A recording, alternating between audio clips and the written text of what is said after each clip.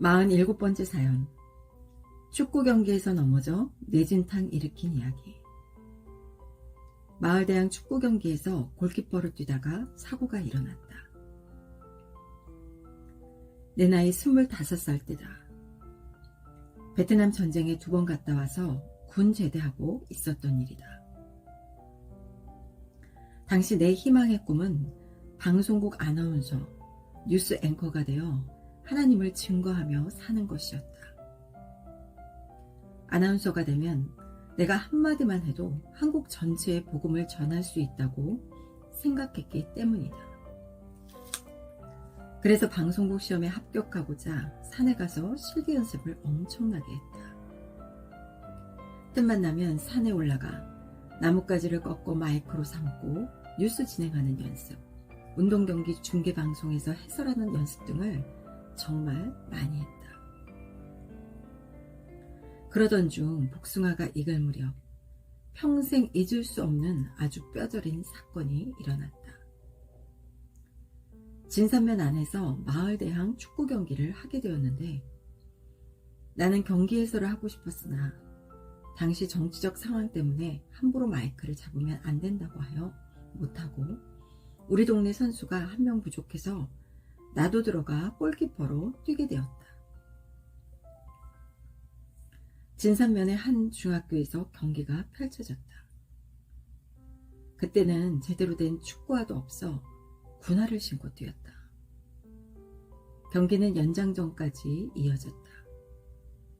상대편은 한 골만 더 넣으면 이기는데 내가 골키퍼를 잘해서 위기를 잘 넘기니 더 과격하게 공격해왔다.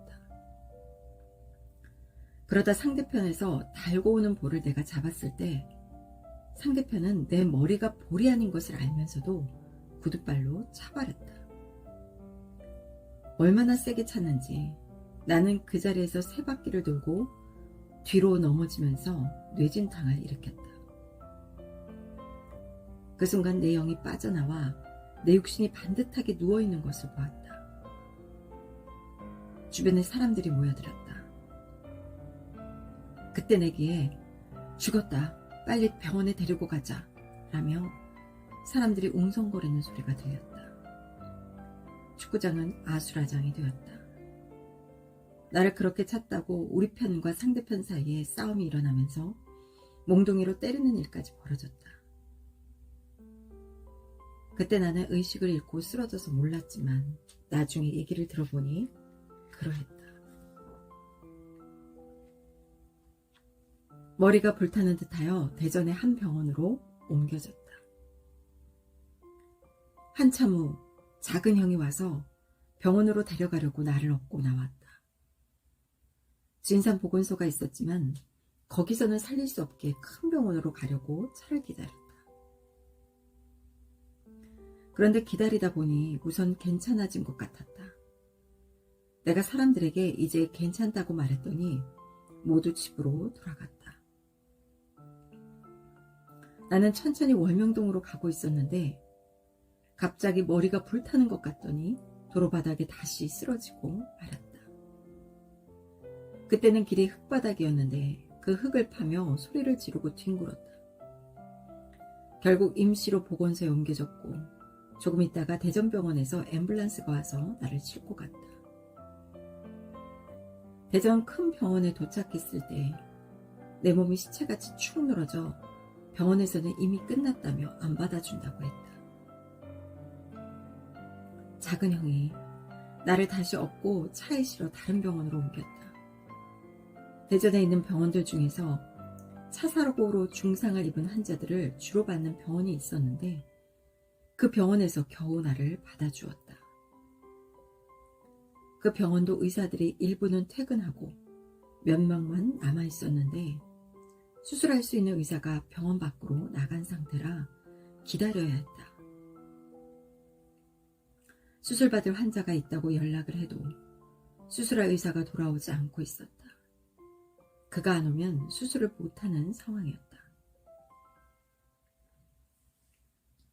그때 병원에서는 수술하다가 죽어도 책임을 질 수 없다며 그래도 수술을 원한다면 가족들이 사인을 하라고 했다. 결국 한이라도 남지 않게 일단 수술하지요 해서 큰형과 작은형이 사인을 하고 입원을 시켰다.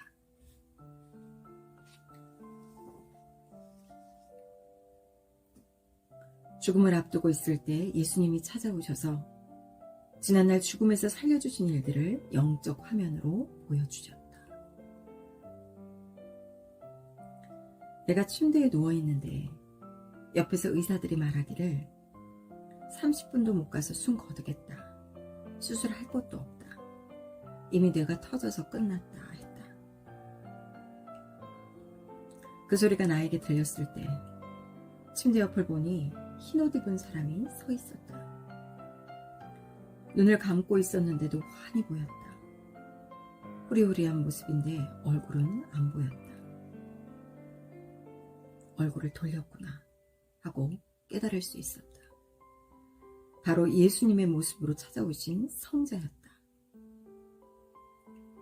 예수님을 애타게 부르며 내가 죄가 있어 이렇게 죽나요? 내가 베트남에서도 안 죽었는데 어떻게 이렇게 죽게 되나요? 라고 물었다. 그러자 예수님은 너는 베트남에서 내가 그렇게 많이 살려주었는데 아나운서를 하려고 세상으로 기어이 가느냐? 그러다 다치지 않았느냐? 라며 내가 왜 죽게 되었는지를 깨우쳐 주셨다. 그때부터 한 편의 영화처럼 화면이 보이면서 베트남에서 죽을 고비마다 살아났던 그때그때의 장면들이 지나갔다. 모두 영적인 환상으로 보이시며 깨우쳐 주셨다. 예수님은 이렇게 많이 죽음에서 살려줬는데 너는 하늘 심정을 거스리고 딴 데로 가다가 이렇게 되었다. 하나님이 지금껏 너를 향해 뜨거운 심정을 쏟아오셨는데 그것을 모르고서 하루아침에 네 마음대로 방향을 돌렸다. 세상에서 제일 무서운 것이 배신이다 라고 말씀하셨다. 나는 배신이라고 하면 이제 예수님을 안 믿겠다고 배반하고 가는 것으로 알았더니 그것이 아니었다. 하나님 성령 성자와 예수님의 말을 안 듣고 자기 생각대로 하는 것이 배신임을 이때 확실히 깨닫게 되었다. 내가 아나운서가 되어서 많은 사람들을 전도하려고 했던 것이라 해도 예수님은 무조건 내가 시키는 대로 했어야 했다. 하나님도 성령님도 나도 뜻이 있어 이와 같이 너를 살려줬는데 그러면 너는 살려준 뜻의 길을 가야 하지 않냐 라며 이제 내 생명이 다했다 하셨다.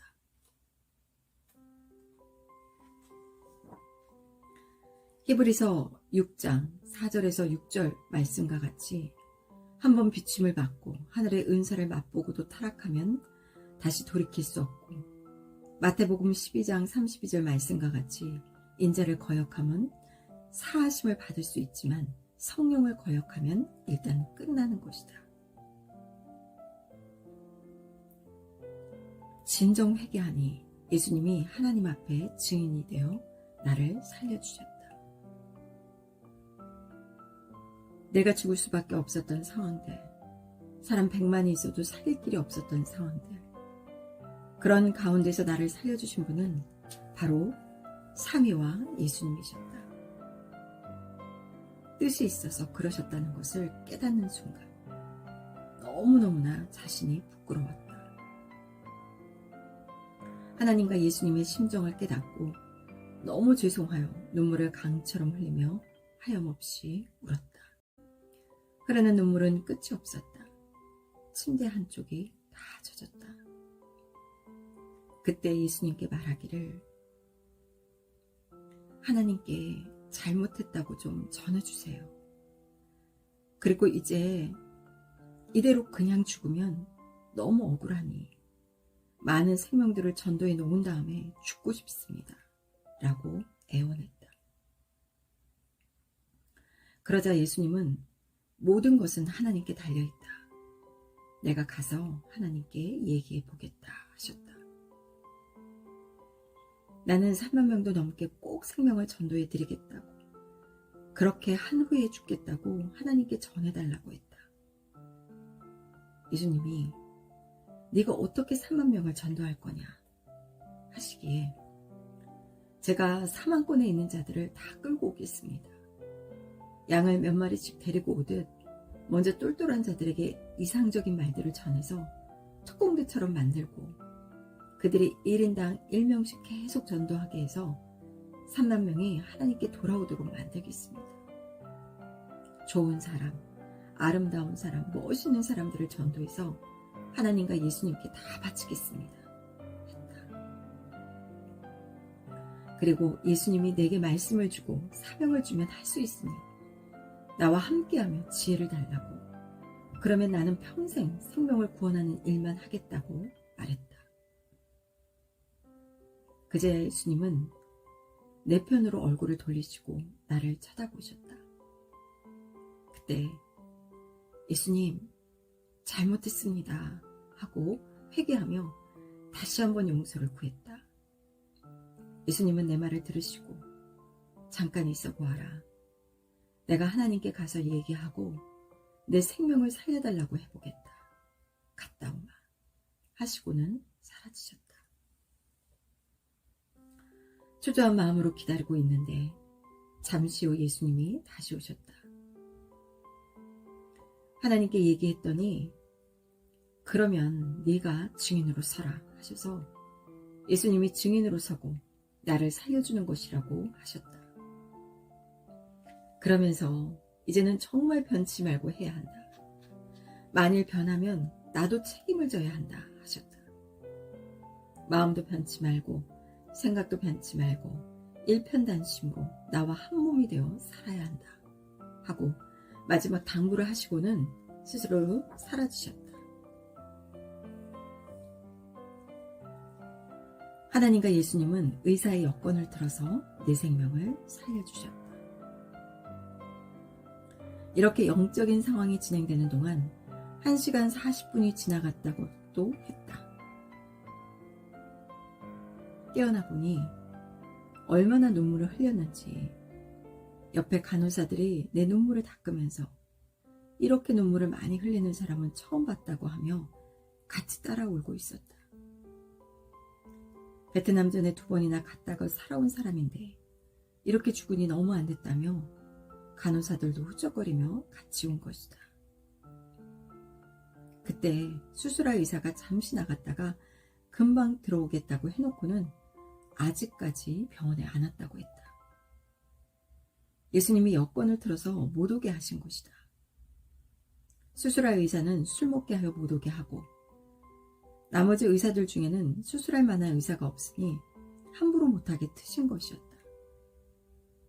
만일 그날 수술했으면 나는 죽었다. 하나님께 예수님이 얘기해 주어 심정을 풀어드리고 내 생명을 살리게 하신 것이다. 나는 예수님의 말씀을 듣고 나서부터 하나도 안 아프고 머리가 맑고 시원해졌다. 의사가 아프냐고 물어서 안 아프다고 하니 주사만 놔주어 맞았다. 그리고 나서 몇 시간 후에 다시 사진을 찍어보더니 일단 수술을 안 해도 되겠다고 했다. 그리고 이튿날에 또 검사해 보더니 수술을 안 해도 된다고 하며 신기하다고 했다. 그래서 내가 말하기를 하나님께 기도했더니 하나님이 살려주신다고 하셨다 했다. 의사는 아무튼 이렇게 되면 이제 살겠다고 했다. 하나님과 예수님이 이미 죽었던 몸을 살려주신 것이다. 병원에서는 처음에 나를 보고 30분 안에 죽는다고 의사들이 말을 했었다. 수술에도 어렵다고 하였다. 이미 죽음의 선고를 내렸던 것이다. 하나님이 나를 통해 세계적인 구원 역사를 펴나가실지 그때는 모르고 내 생각대로 하나님과 예수님께 더 좋게 해드린다고 하면서 아나운서가 되어 전도 많이 하려고 했던 것이다. 그러다 죽음의 선고를 받고 나서 자기 방법은 죽음이요 사망이구나. 하나님의 방법만이 생명이다 함을 절실하게 깨닫고 하나님과 성령님과 예수님의 뜻을 확신하게 되었다. 하나님께 회심하고 생명길을 가게 되었다. 병원에 가서 처음 사진을 찍었을 때는 뇌가 깨져서 흩어져 있었고 출혈도 엄청나게 컸었다. 지금도 내 머리 우측에는 뼈가 불룩하게 흔적이 남아있긴 하다. 그런데 입원한 지 며칠이 지나 멀쩡해진 것이다.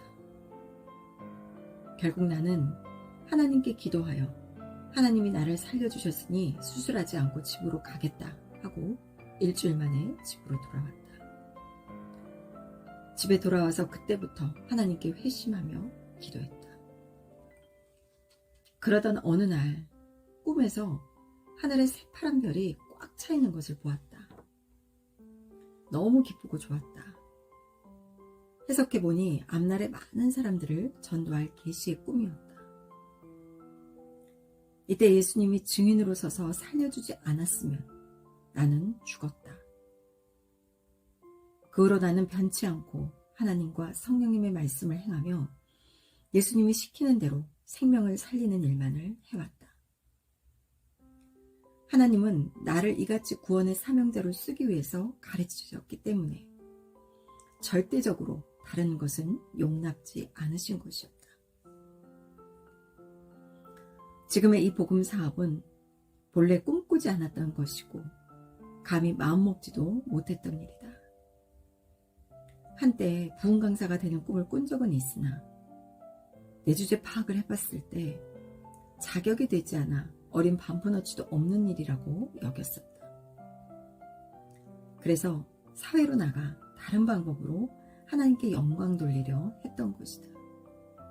하지만 그것은 하나님의 뜻이 아니었다. 하나님은 일단 내가 가는 대로 놔두셨다. 도와주지 않으니 뇌를 다치는 사고를 당한 것이다.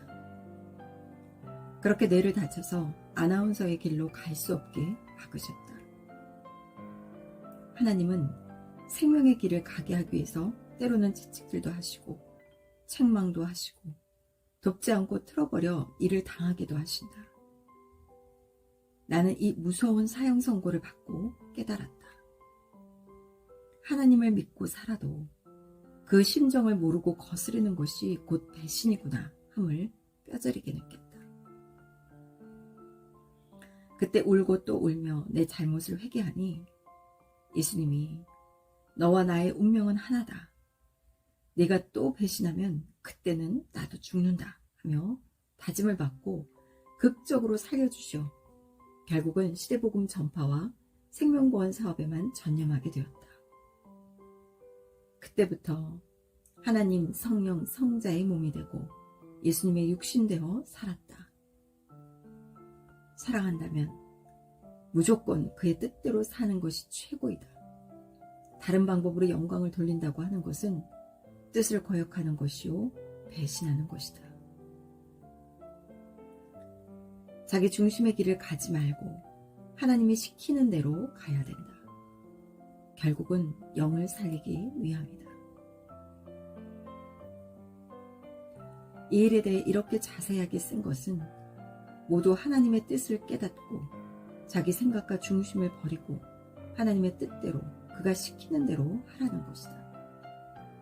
그렇게 하는 자가 바로 충신이고 그렇게 사는 것이 자기를 향한 하나님의 천명과 재능을 발휘하며 그의 뜻대로 사는 길이다. 우리가 하나님의 뜻을 향해 가더라도 자신의 생각을 중심에서 하나님께 더 잘해드린다고 하며 자기 길로 가는 무지한 행실을 하게 된다. 이것을 꼭 깨달아야 된다. 무조건 하나님, 성령님, 성자와 예수님이 시키는 대로 가야 되고 시대마다 하나님이 보낸 자가 시키는 대로 가야 된다. 제 길로 가다가는 이런 무서운 죽음을 당하게 되는 것이다. 돌이키지 않으면 육신의 생명을 잃게 된다. 나뿐만 아니라 누구든지 그렇게 대하신다는 것을 깨닫기 바란다. 삼위가 육신을 살려주는 것도 결국은 영을 살리기 위함이다. 영을 살려주면 영원히 같이 살기 때문이다. 이러한 하나님의 심정, 성령의 심정, 주의 심정을 모르면 큰 죽음의 사건이 파도처럼 밀려와 막을 수가 없다.